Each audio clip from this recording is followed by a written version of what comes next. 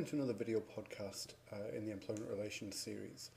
We've been talking about how employment relations and the study of employment relations is a very broad study which takes into account a whole range of influences and factors around the firm and around the relationship between employer and employee. What we're going to talk about today is one of the most important influences on the employment relationship for any organisation, and that's the relationship between the organisation and its product markets.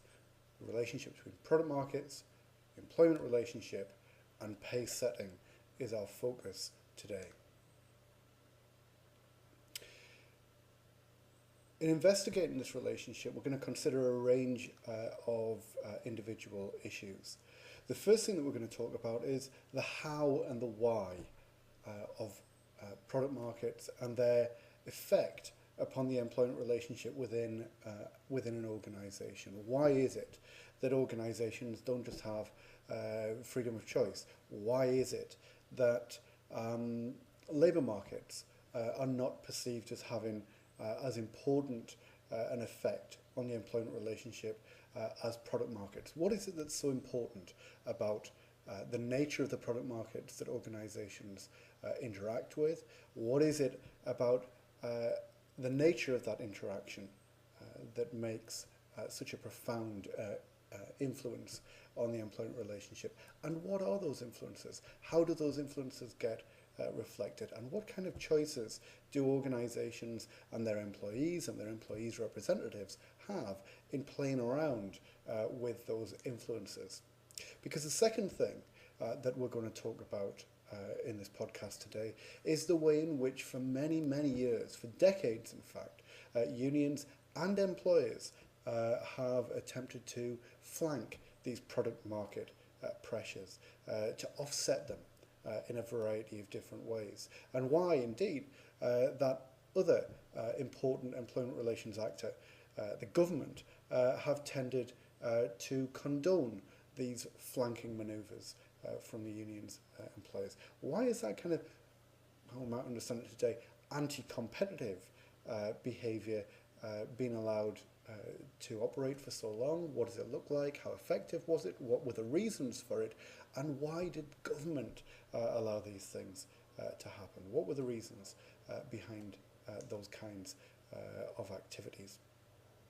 The third thing that we're going to consider today are basically the limits of these traditional flanking manoeuvres, that the nature of product markets, particularly the creation of global product markets and with it global labour markets, that these developments within the marketplace have really brought to an end the traditional approaches that organisations have used in order to insulate their employment relationships and insulate their pay setting arrangements from some of the pressures of the product markets. They're not able to do the same kind of offsetting approaches that they have done over the course of, well, often a century into the past.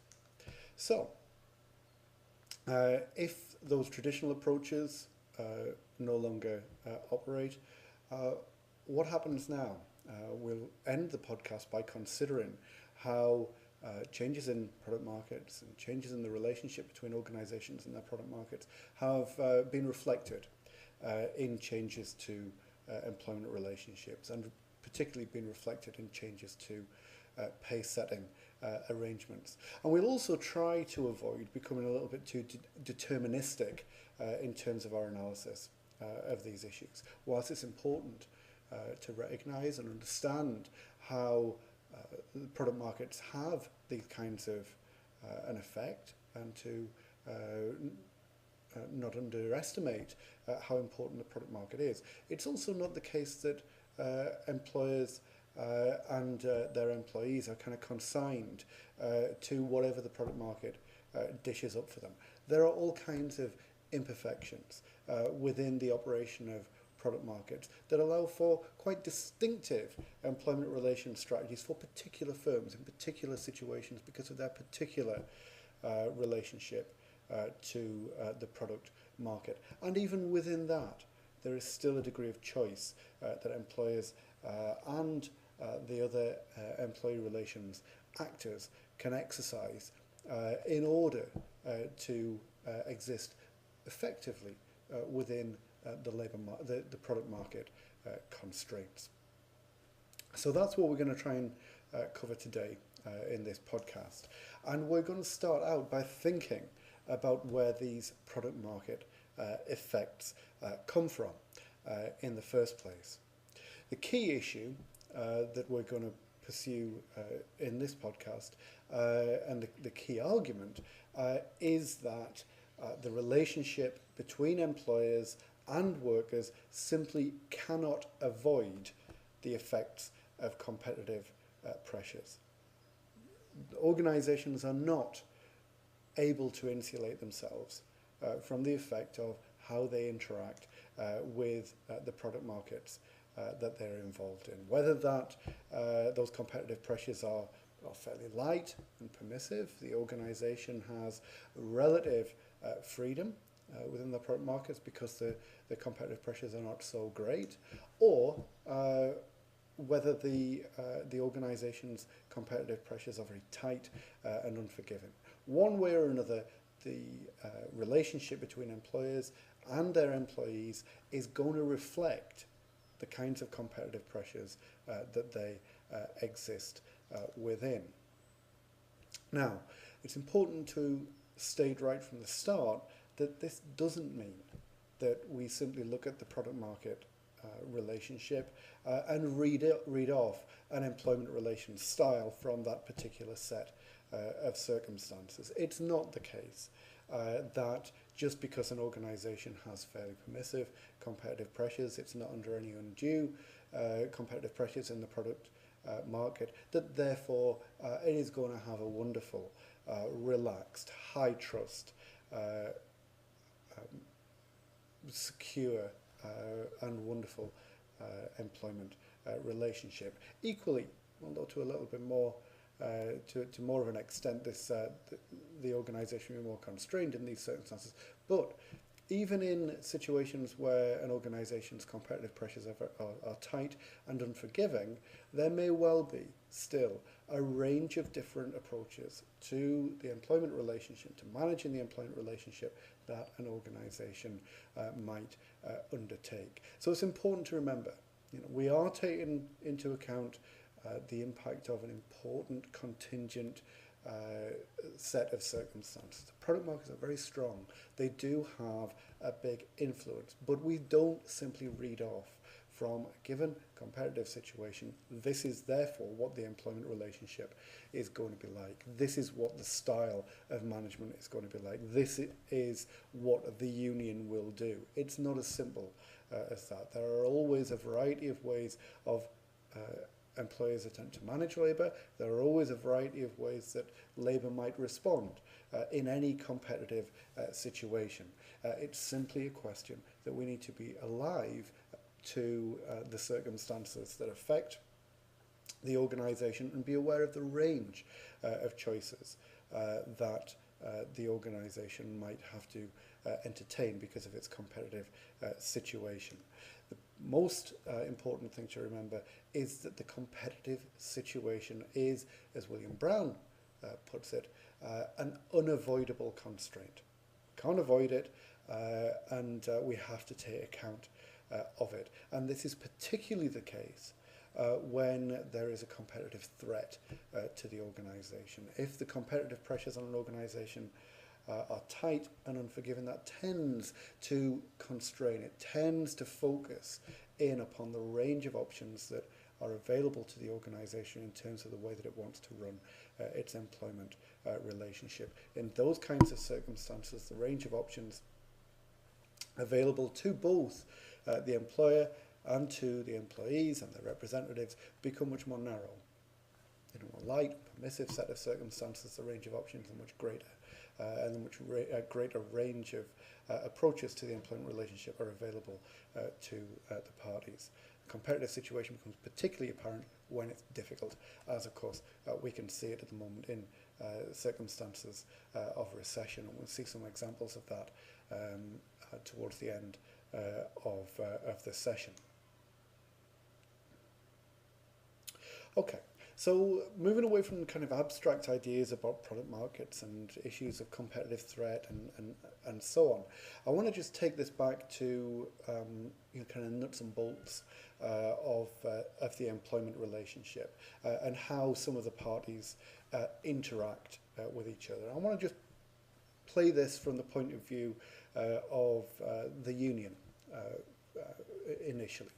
And the point of a trade union, the reason why unions are able to attract and to retain members, to have a place within the employment relationship, is because they are able to exercise some collective strength. That by grouping together the workforce, by acting as an effective representative of the workforce, and by engaging in an effective set of interactions with the employer on behalf of the workforce, they're able to negotiate, to protect certain improvements in the pay and conditions of employees that they represent. And they do this by exercising their collective strength, either by using the threat of strike action, that they'll organise the withdrawal of labour and hurt the organisation in some way in order to extract concessions and improvements, to increase the share of the resources of the organisation towards the workforce, or by controlling the supply of labour in ways that organisations, collective organisations, have done this going back to medieval guilds, effectively one way or another, by using a variety of strategies and tactics, that the union uses the collective strength of the employees grouped together to counteract the implicit economic strength of the employer. If you remember from previous podcasts, we've talked about this implicit imbalance in power between employer and employee. And the basic rationale for trade unions is that they act as a counterbalance. They improve the level of power of the workforce by grouping together. It's this collective strength that provides bargaining power, provides leverage for the employee side of the employment relationship. There's a little clip here, which is, if I remember rightly, a TV advert for one of the big public sector unions in the UK from the 1990s. And it's very short, very simple, but it illustrates this idea of collective strength. So we'll just let this one minute.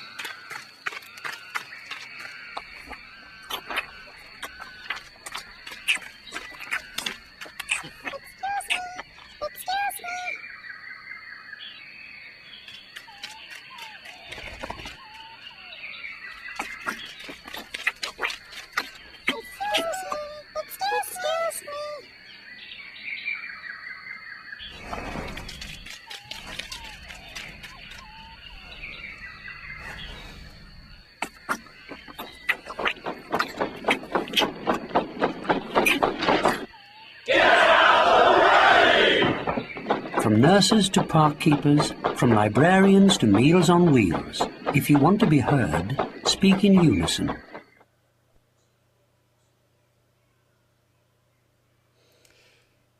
So a simple illustration of how unions operate. They group together the strength of the workforce, and they scare the bear. They scare the employer.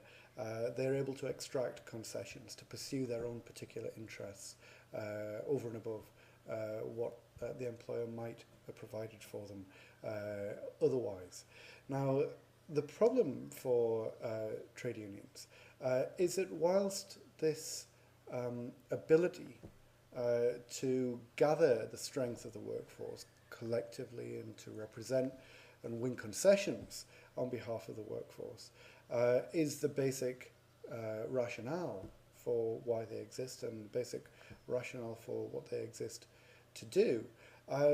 Their success, which is the reason why people join them in the first place, can be pretty much a double-edged sword when we see it in relation to its impact upon the product markets that the union members employing organisations have to operate within. And the reason for that is this. If unions are successful, if they win concessions, if they increase pay, improve conditions, and whilst winning those concessions, don't offset those improvements on the employee side with productivity increases, then the net impact of union success is to increase unit wage costs for the firm, for the employing organisation. Now that firm still has to operate within a particular product market. And so for the union to be successful, unless it's offset in one way or another, union success implicitly harms union members' firms' competitiveness, harms their competitive standing within the appropriate product market. Now, the conundrum that faces unions is this. In being successful, they harm the competitiveness of the firms that their members rely on for their livelihood. So how can unions both seek to improve the conditions and the pay of their members, which is what they exist to do, without at the same time produce the jeopardy facing their members' jobs? That by increasing and improving the situation of members, do they not also increase the risk of competitive failure for their members' employers, and therefore risk the jobs of their members at the same time? Now, this is a basic conundrum that unions face. How do they overcome this conundrum? Have a think about this for a minute. Have a think about how this particular double-edged sword of union strength might be overcome, how that dilemma might be resolved.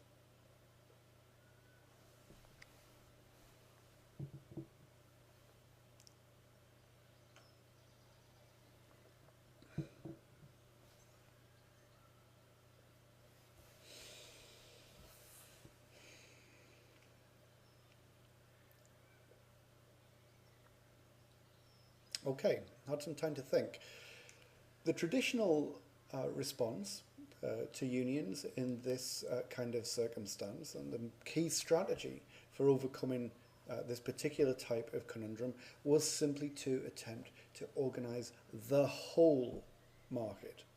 If the problem is about increasing the particular costs, creating a problem for the particular competitive stance of an individual organisation to the detriment of the rest of the market, then the solution is fairly simple and straightforward. It's about organising the entire market. And this has been unions' traditional response to organise the entire product market rather than just individual bits of it.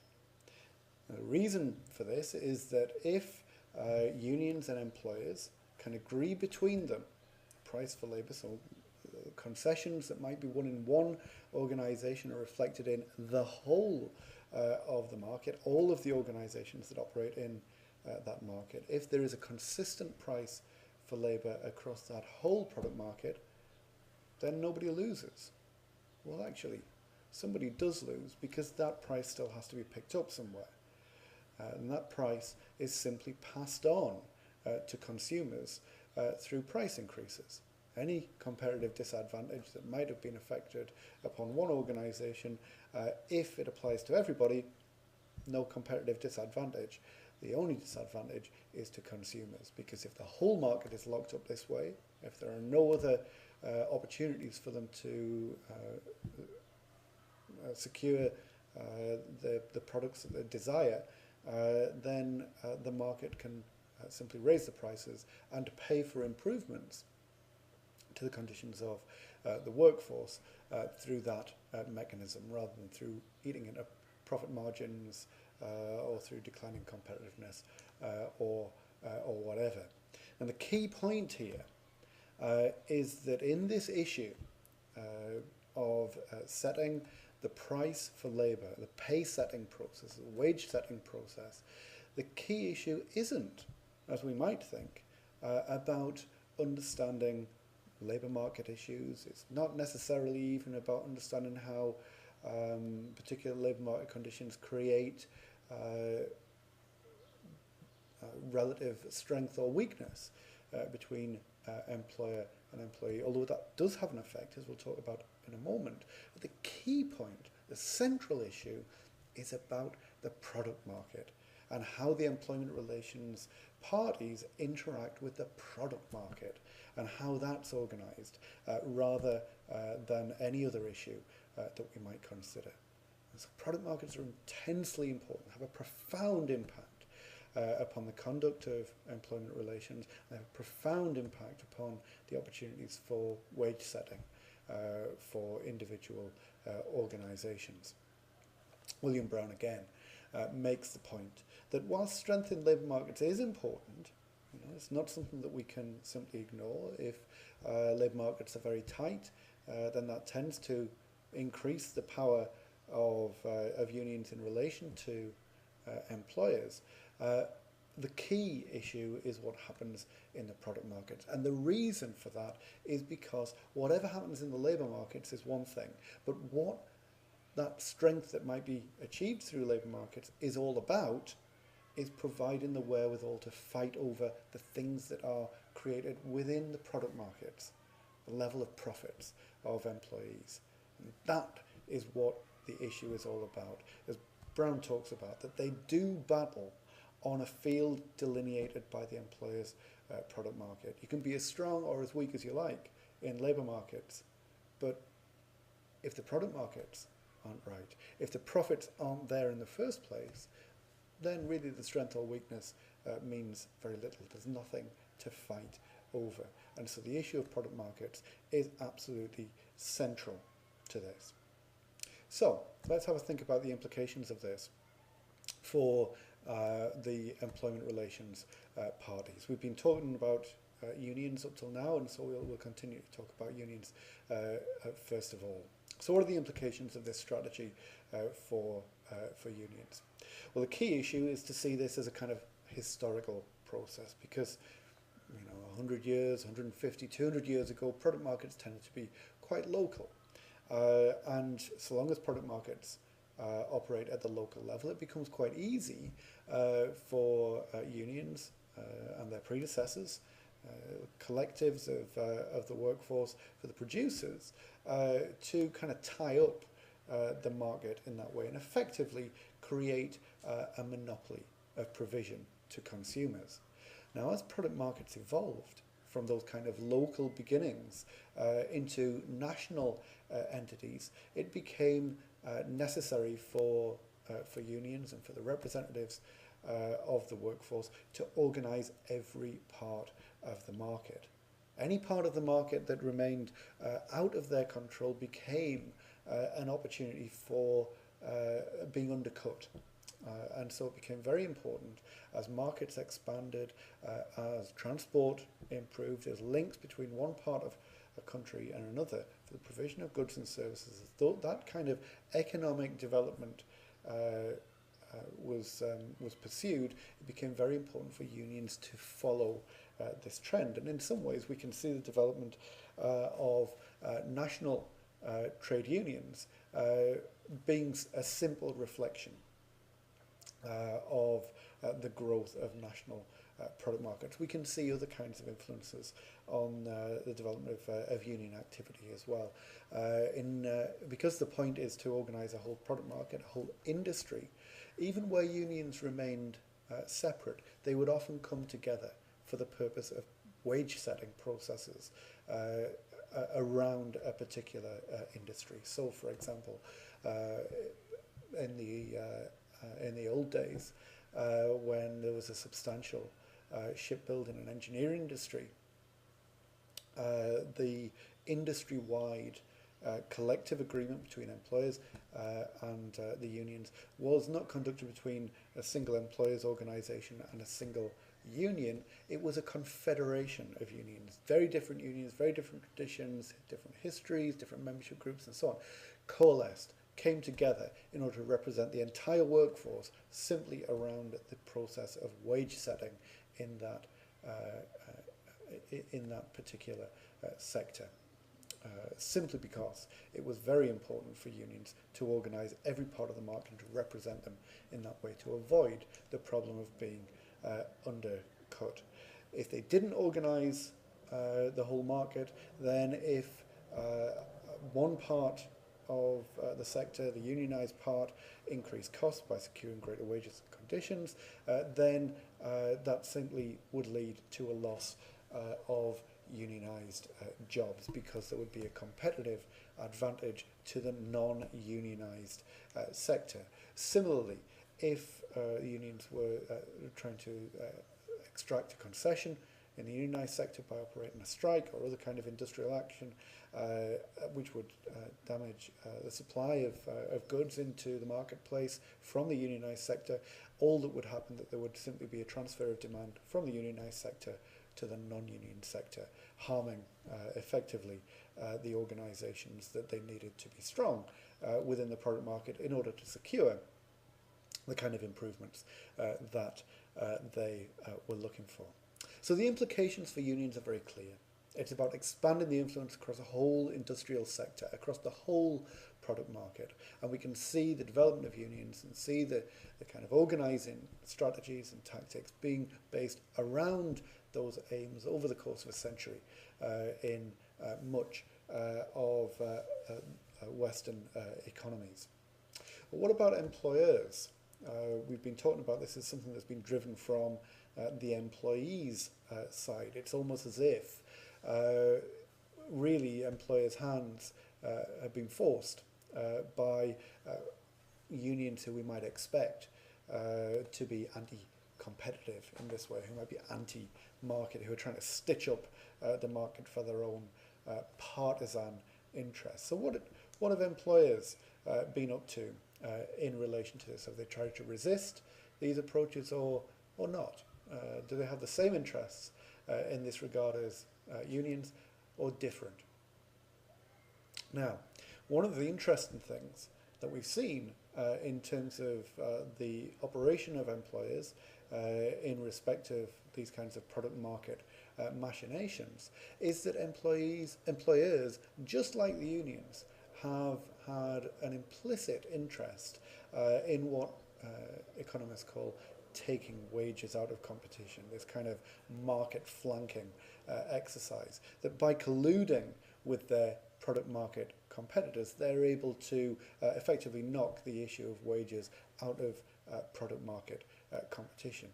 And the reason why employers have had an interest in this way is that not that it provides necessarily their employees with good terms and conditions, which is something they may or may not want to do, but more because it allows them to bring a significant amount of stability to the historically and potentially volatile issue of employment.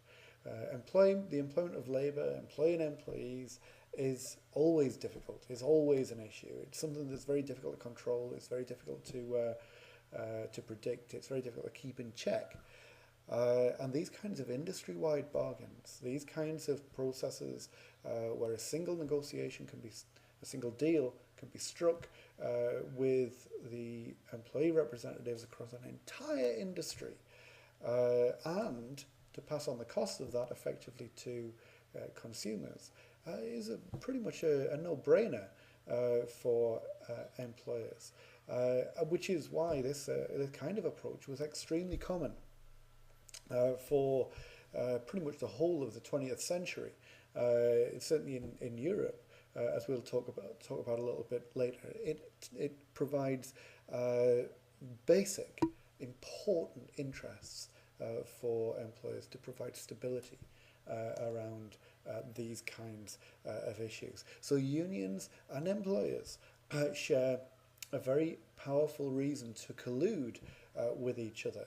And this collusion is effectively at the expense of consumers, quite literally at the expense of consumers of whatever product happens to be in question, because it's the consumer that picks up the bill for this wonderful employment relations approach. So, what did this look like in practice? What kind of impact did this have? What did wage bargaining under these kind of collective monopoly conditions look like? Well, in economic terms, employers colluding with each other and colluding effectively with unions, if they're united, collectively they hold a monopoly position. And this monopoly position, as we've discussed, allows them to charge higher prices.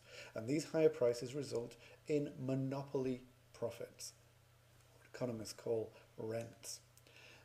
Now, this is potentially very good for employers, and it's also potentially very good for union members, because union members then have potential for gaining access to a share of the rents. Obviously, the extent of the sharing, the divvying up of these rents, depends upon the relative strength of the union and the condition of the labour market. If labour markets are slack, then the union is going to be less strong. If the union is less organised, the union is going to be less strong, and therefore their ability to leverage some of these rents towards union members is going to be less so. If labour markets are tight, the union is well organised, then the extraction of those rents for the benefit of their members is going to be greater. But potentially, the basic access to monopoly rents is very good for union members. What about consumers? Because we've been talking about how consumers have effectively had to pick up the bill for this. But it's not all bad news for the consumer. This isn't just simply a kind of cartel situation where the consumer loses every way, because there are some benefits, despite having to face higher prices. There are some benefits that we can identify for the consumer. If we take wages out of competition, it doesn't mean that competition disappears within those product markets. It simply means that employers have to focus on different ways of competing. And some of those different ways of competing can be for the benefit of the consumer, as we'll talk about in a second.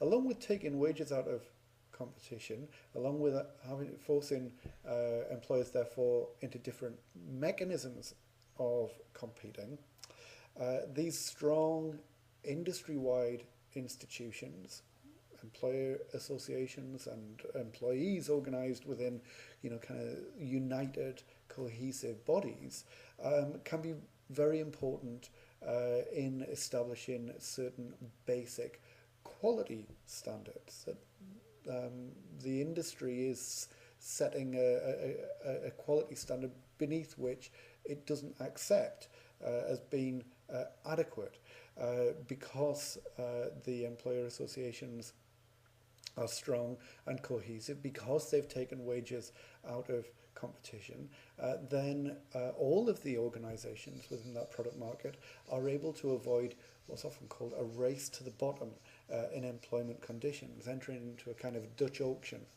constantly undercutting each other in terms of price and cost, which often results in poor levels of quality, poor levels of product conditions. And again, we might identify that as being good for the consumer as well. So there is an argument that kind of overcoming the natural tendencies of product markets, of ensuring that competition takes place in a much more managed way, in a more controlled way, that not only might that benefit employers, because it allows them access to monopoly profits, it may not just provide access to a heightened share of organisations' resources for union members, but it might also provide some benefits to the consumer as well. So we need to take a kind of rounded view on this.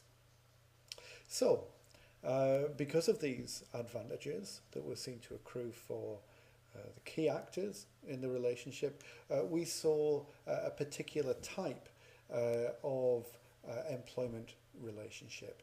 Very strong, very durable, sector-wide, industry-wide agreements between employers and unions. This was particularly the case in Europe, where this tradition was very strong and lasted for a very long time. And these industry-wide agreements, these bargains, these deals between employer and unions were the main form of interaction, the main means by which organisations and their employees fixed their rates of pay, fixed their working hours, fixed their holiday entitlements. So the main aspects of the employment relationship, the main aspects of the deal between employer and employee wasn't conducted individually by individual employers with their own employees, but was fixed at the level of the industry. It wasn't even just limited to these kind of key economic transactions. It was also about establishing apprenticeship arrangements, or training and development mechanisms, dispute procedures. All of these kinds of issues kind of became encompassed by these broad, strong, industry-wide bodies. Huge amounts of regulation within the industry between the key employment relations actors. Not only were these arrangements established, but they were upheld and underpinned by substantial amounts of legislative support. And this is why we want to consider the role of government, because government, we become used to government trumpeting the benefits of free markets, of liberal, laissez-faire types of approaches. And these kinds of industry-wide agreements, they seem like the antithesis of this kind of approach. So what is it that was guiding governments to condone these kinds of actions? Why would governments condone these sorts of things? Well, the key issue is to recognise that despite the fact that these deals technically represented a restraint of trade, there were some clear benefits that government could see, I suppose, to them, as a self-interested group, but maybe if we take a more charitable look, because of the benefits that they were seen to offer to society. Just as employers were encouraged to accept the benefits of these kinds of deals because they dealt with the volatile issues of employment at the level of society, these kinds of industry-wide deals offered the potential for industrial peace, for the establishment of good employment standards. These were things that governments of most political colours could accept as a good thing. So as a trade-off, it represented, potentially something useful. Yeah, a restraint of trade, but yeah, look at all of the goodies that we get from this as well. No industrial strife, no strikes, no disruption of the economy, industrial peace, good employment standards, the hallmark of an advanced democracy. All of these things were elements that governments of whatever colour would sanction. So, for example, in the UK, this kind of industry-wide collective bargaining was officially encouraged. It was official government policy from governments of whatever type, from the late 19th century, up until the late 1980s. So we're talking about a century, effectively, of governments of different political colours who would condone this sort of thing, condone this restraint of trade because of the benefits that it was seen to offer. Now, the key issue to recognise here is that this lasted until about the 1980s, and this is because things changed substantially in the 1980s. We don't see by and large, these industry-wide agreements in existence anymore. Very small pockets of them. We'll look at an example of one that looks like it may be on the brink of collapse at the moment.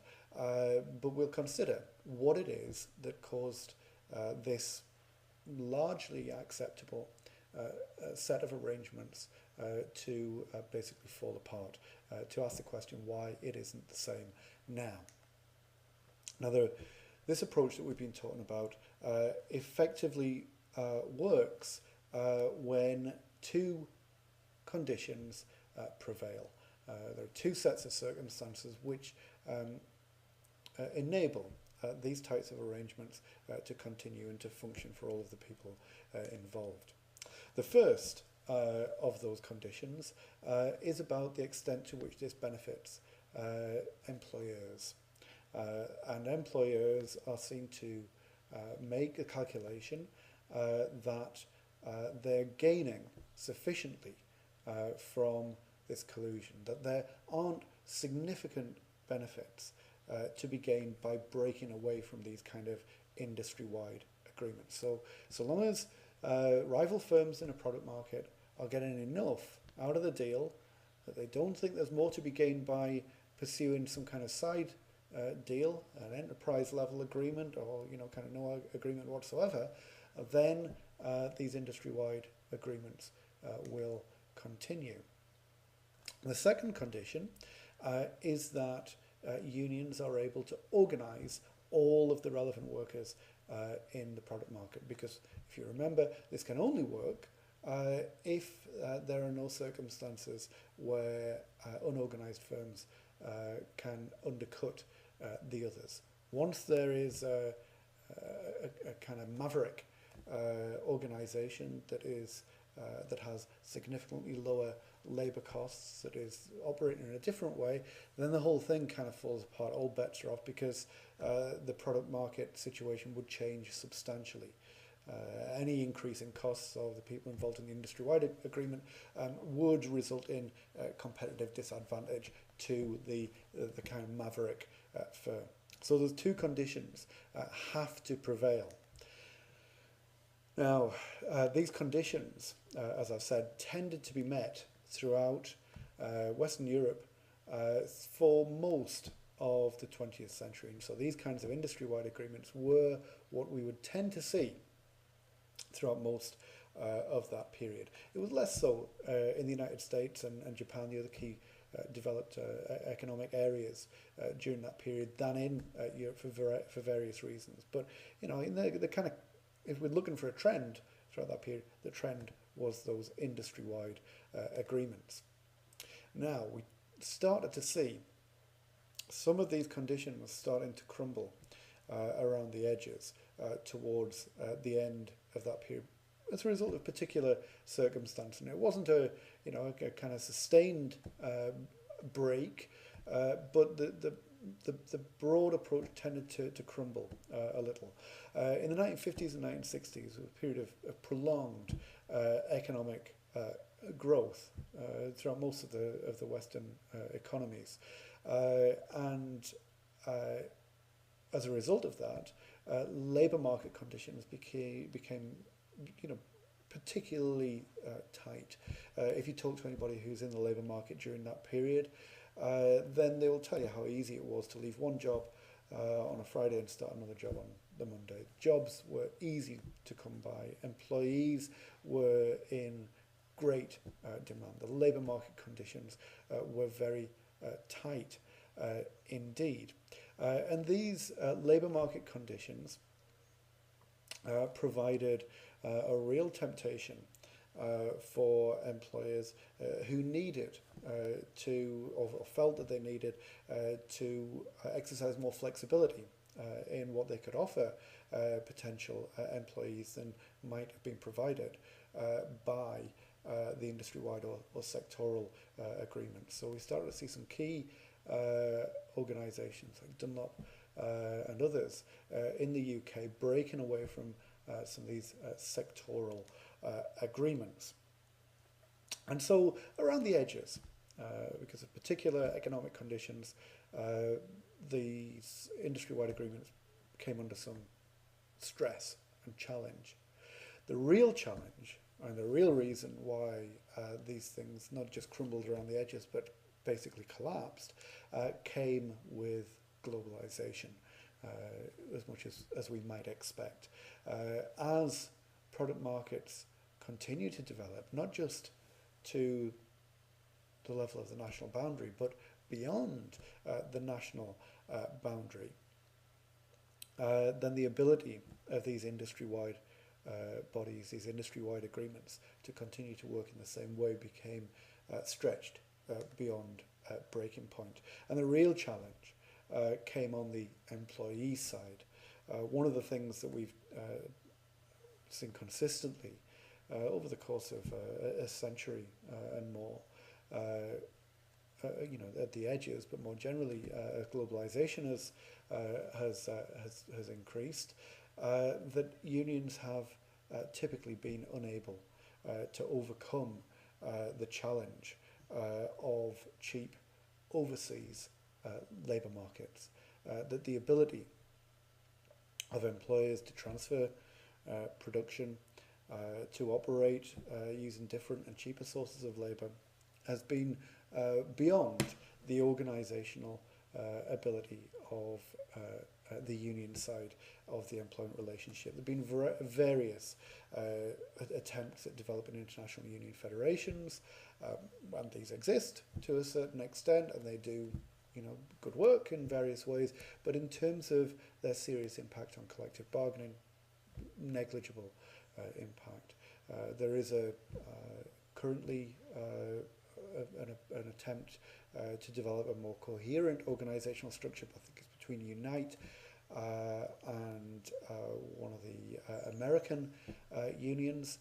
But again, even if they pull this off and they're able to develop some kind of international employee solidarity, union solidarity between the US and the UK, the real challenge isn't between those economies. The real challenge in terms of manufacturing is between those developed economies and the Far East, between India and China and so on. And so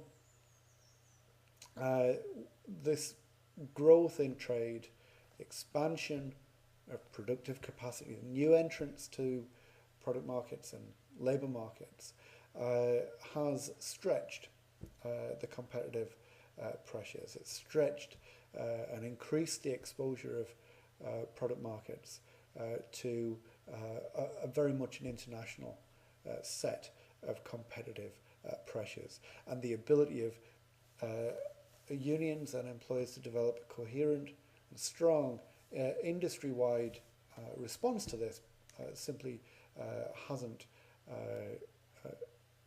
been realised. So these kinds of developments in the global labour market are a significant challenge to the old way of doing things, particularly because the new trading countries, the new entrants into the global labour market, a labour market which has effectively doubled in size over the last 10 or 15 years through the entrance of China, India and the ex-Soviet Union countries, are not just new entrants. It's not just that they have expanded the scope of labour that's available to organisations, but because the level of wage rates in these new trading countries are so incredibly low. And so the competitive pressures that the established economies are subject to as a result of that entrance are so extreme. So in these kind of conditions, the prospect of trade unions, of establishing any kind of leverage across a product market in these kind of conditions look very, very bleak.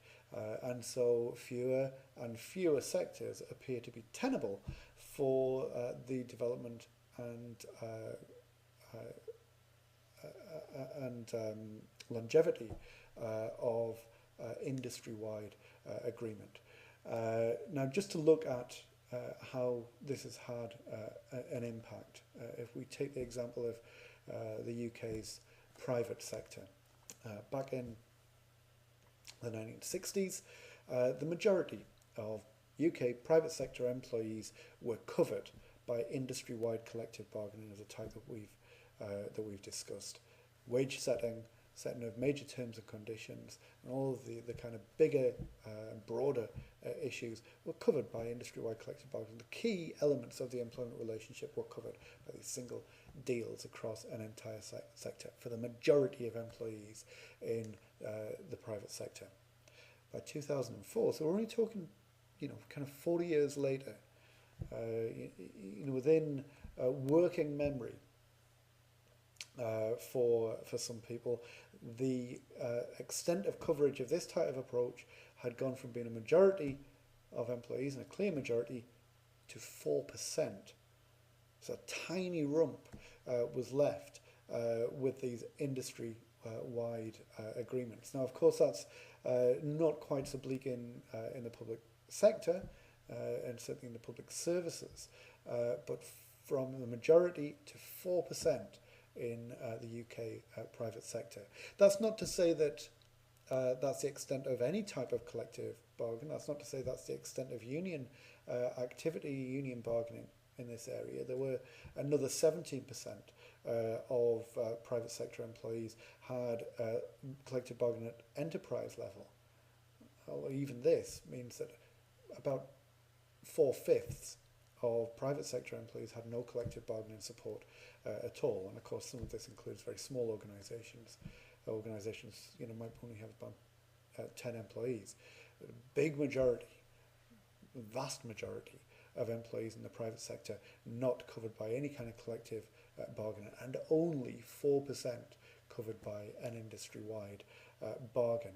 And this 4% tend to be in those kind of industries that aren't exposed to international competition. So again, we can see the point being that product markets are the key. If your product market is exposed to international competition, then the types of arrangements kind of follow the contours, follow the needs of those product markets. And most organizations have tended to draw the conclusion that this means that they have to do something very different to the traditional industry-wide collective arrangements.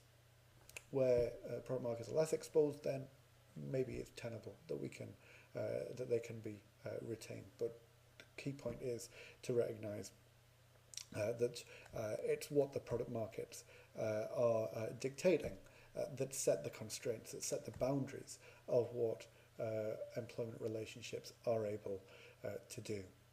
Now, I mentioned that we're currently seeing in 2009 continuing tensions on employment relations because of product market pressures. We're in the middle of a recession now, and this is creating a response within the employment relationship. And one of the key issues, one of the key disputes going on at the moment is a series of unofficial industrial disputes in the engineering construction industry, currently centred around disputes over job protection, based around an industry-wide collective agreement, and this is centred on the dispute at the Lindsay. That's what I think of this. This dispute here at the Lindsay oil terminal in Lincolnshire is creating a wave of support from contractors at power stations and oil terminals in Wales. Let's hope we can get through some kind of resolve the situation. I bet all day we go back to work. Again, Aberthaw in the Vale of Glamorgan saw a walkout of around 300 contractors. A small police presence came to observe the peaceful protest. Workers here sympathise with contractors at Lindsay who feel their pay and conditions are being eroded and they're fearful of being undercut by foreign labour. The boys are very angry in what's happening with not only Lindsay Oil but and the threat of foreign labour coming over, the threat of losing our jobs with the recession, and I have never seen so much solidarity, in my life. Unite Union say around 400 workers also walked out in sympathy at the South Hook LNG terminal in Milford Haven. More Welsh protests in support of Lindsay Oil refinery workers are expected over the next few days.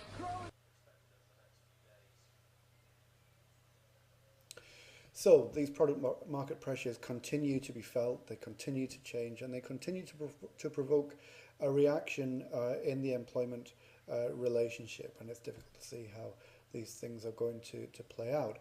Obviously, these pressures point in a particular direction, but the relative strength, the relative willingness to mobilize, to take action, all of these play a part in terms of how the employment relationship will actually shake down in the medium to long term. So we look on with interest to see how these product market pressures will be translated into employment relations. But we can see how those pressures might apply. In general terms, when we've been looking at the changes in employment relationships and in mechanisms for pay setting, following these enormous changes in product markets that I've been talking about, we can see certain trends, and we can see the kind of things that organisations have done. So, obviously, as I've already said, we've seen the replacement of industry-wide bargaining, and we've tended to see that replacement by activities that take place at the enterprise level. Now, that might be arrangements for wage setting that still have a collective nature. We saw 17% of UK private sector employees were covered by collective bargaining at the enterprise level, or it might be more of an individual basis. And we've seen, there are strong tendencies for organisations to take more of a kind of unilateral control over pay setting arrangements at the level of the enterprise. But again, the key trend in either of these arrangements, whether collective or individual, is that these arrangements have tended to follow product market influences. So the pay fixing arrangements have tended to be linked to the performance of particular business units or profit centres or whatever we might want to call it. That is linked to a particular product market. How well is this bit of the business doing in terms of its particular competitive segment? Those are the issues that the organisations are looking at. If they're negotiating collectively, those are the arguments that they're deploying within the negotiation. This is how much we can afford because of how much profit we've made. This is how much we can afford because of the level of competition that we face.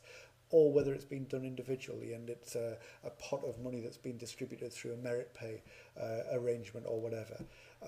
These things are tied to product market success. It's not generally a question of something that's identified geographically.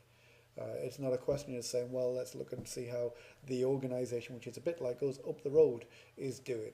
They might have some similar kinds of staff. I wonder if we are paying more than them, i.e., what is the local labour market doing? That tends to be secondary in terms of the pay fixing arrangement. It's more about what can we afford, how are we doing in our product markets. This is the kind of key issue for organisations as they move into these new product market conditions. Now, we've been talking about the private sector, and of course the private sector tends to be the most exposed to changes in product markets because they actually have a clear and obvious, well-defined product market. They actually have to trade and deal and make a profit. However, even the public sector isn't immune from these kinds of product market pressures, which sounds kind of a bit oxymoronic. It sounds kind of counterintuitive, but many public sector institutions have attempted to create proxies for these kind of product market pressures, either because of a kind of diktat from political masters as political trends have changed from central government, and the desire to be efficient in market terms has become very strong, or whatever other reason, whether it's from local pressures, for whatever reason, we've seen the importation of pseudo or proxy product market pressures into public sector organisations, particularly public service organisations, whether that's through privatisations,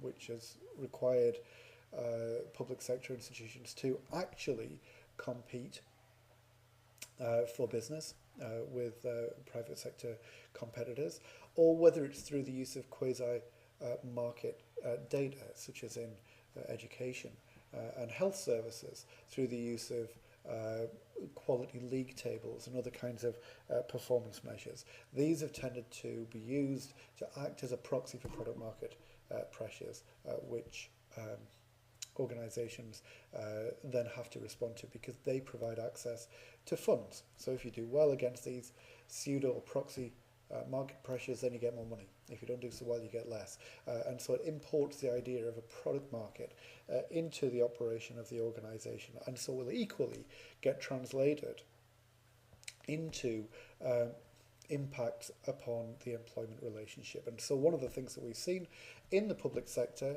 and public services over the past couple of decades, because of the importation of these kinds of product market pressures, has been an increase in conflict and dispute as a result of attempts to change the nature of the employment relationship to be more in line with these product market approaches.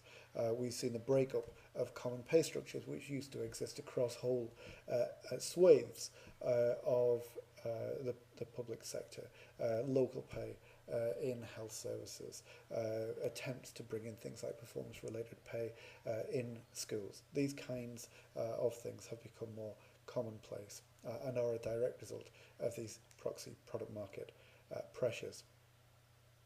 I want to finish by talking about more of a kind of attenuated picture of the impact of product markets, because I've been talking about it as a kind of blanket thing. The product market changes for a whole industry, and so therefore employment relations across the whole industry has to change. And whilst I've already made the point that we shouldn't attempt to understand this as a deterministic thing, we should also try to avoid it being a simplistic picture as well, because product markets are complex and organizations operate in relation to product markets in different ways, and they're successful to a greater or lesser extent. So we need to be attuned to the variations that exist across markets, because markets aren't perfectly competitive. And so even where collective monopolies can no longer exist, because that kind of collusion no longer makes sense because of international markets and so on, we do know that some firms are able to exploit certain characteristics. Maybe that they have a fantastic reputation, they have a very strong brand, which means that they have real power within a product market. It's not a question that all organizations come to the market and everything's kind of more or less equal. Some organizations, because of particular characteristics, are able to exercise some kind of monopoly power, that they're able to get much more out of the market than others. Now, in these kinds of circumstances, if unions are organised within those particular types of organisations that do particular well because of those particular types of characteristics, then they retain the opportunity to extract some of the monopoly rents for their members if they've got sufficient organisational strength. Now, what this suggests is that the range of options, certainly on the union side, in terms of how they conduct themselves in the employment relationship, haven't become as constrained as they might have for other parts of a particular product market. That the option for unions and union members in those kinds of circumstances, where there's a very strong player in a product market, that they can still pursue relatively militant relatively conflictual types of employment relationship with some degree of hope that they can extract a share of these kind of monopoly rents from their firms for their members. In other parts of product markets where firms don't have those kinds of advantages, then the options for unions, if they're still recognised, it may well be that a firm's response to a very difficult product market situation is to remove the collective element of the employment relationship and try to establish kind of unilateral control over the way that the terms of the relationship are exercised. But even where unions are still recognised, their options may be severely constrained. Now, one of the things that we are going to talk about throughout the module is about so-called partnership or mutual gains approaches. Now, this has been very much part of a growing trend on kind of normative ideas about what a good employment relationship should look like. Certainly came from government in the UK in the 1990s and the early part of the 21st century, that unions should engage in cooperative behaviours with the firms that they are engaged with, that they should attempt to find ways to increase productivity, to improve the competitive situation of the organisation. This is a way of demonstrating the utility of the role of unions in there. Now, this has often been played as simply a question of choice. This is the right thing to do. This is modern. This is, conflict is old-fashioned, and so therefore what we need to do is to be cooperative because that's a better thing, and we're all very sophisticated, and all of those kinds of arguments, normative types of arguments. The discussion that we're setting out here suggests that actually partnership, or as they call in America, mutual gains approaches, may not simply be a question of choice at all, but may simply represent the constraint that unions face working in organisations whose product market situation doesn't allow for the extraction of monopoly rents, and so therefore makes a more militant employment relations strategy less tenable. And so we see, the limitations of the product market situation and what those limitations suggest for employment relations actors. In either case, final point that I want to make here in this podcast is that the primary driver for change in the employment relationship, the primary driver for change in pay setting process is not necessarily choice, although that is an important element as well. It's not labour market issues, although that may have an effect as well, but it is particularly about the nature of relevant product markets and the way in which organisations exist in relation to those product markets.